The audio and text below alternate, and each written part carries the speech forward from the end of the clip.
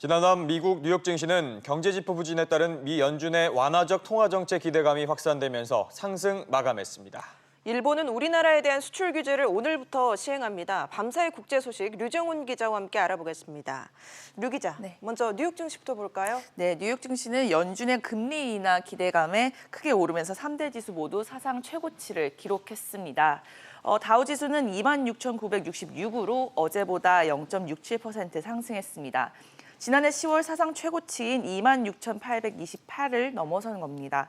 S&P 지수도 연일 최고 기록을 경신하면서 2,995.82로 마감했고 나스닥도 신기록을 갈아치우면서 8,170.23으로 종가 기준 사상 최고치를 기록했습니다. 네, 미 증시가 이렇게 상승한 배경은 뭡니까? 네, 먼저 미국이 지난 5월 무역 지표와 지난달 고용 지표 모두 시장 기대에 못 미쳤기 때문인데요. 네. 미 상무부는 지난 5월 무역 적자가 전월보다 확대됐고 시장 예상치도 못 미쳤다고 밝혔습니다. 5월 무역 적자는 전월 대비 8.4% 급증한 555억 2천만 달러로 월스트리트저널의 전망치인 544억 달러보다 컸습니다. 미국 ADP가 발표한 전미 고용 보고서에 따르면 지난달 민간 부분 고용 증가는 10만 2천 명을 기록하는 데 그쳤습니다. 전달 2만 7천 명에서 큰 폭으로 늘었지만 시장 전망치인 13만 5천 명을 밑돌았습니다. 다만 미 노동부가 발표한 지난주 실업보험 청구자 수는 전주보다 8천 명 감소한 22만 1천 명을 기록하면서 시장 예상치를 밑돌았습니다. 예. 연준은 이번 달 말에 연방공개시장위원회 FOMC 회의를 열고 금리 인하 여부를 결정하는데요.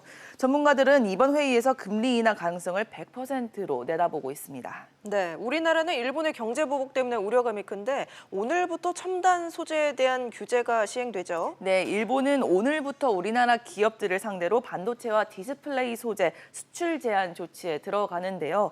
일본은 여기에다 군사 전용이 가능한 전자부품과 관련 소재를 추가로 품목에 포함시키고 관세율 인상과 비자 발급 제한 조치 등 추가 경제 보복을 검토 중인 것으로 알려졌습니다. 이번 조치는 우리 대법원이 강제징용 배상 판결에 대한 보복성 조치라는 관측이 우세한데요. 우리 정부는 이번 수출 규제로 제조업 생산에 지장이 생기지 않도록 예의주시하고 세계무역기구의 무역 규정 위반이라며 제소 방안을 검토 중인 것으로 알려졌습니다. 네, 다음으로 이란 얘기도 해보죠. 중동에선 긴장감이 계속 높아지고 있군요. 네, 그렇습니다. 하산 로하니 이란 대통령이 핵합의에서 제한하는 저농축 우라늄 농축도 상한을 지키지 않겠다고 발표했습니다.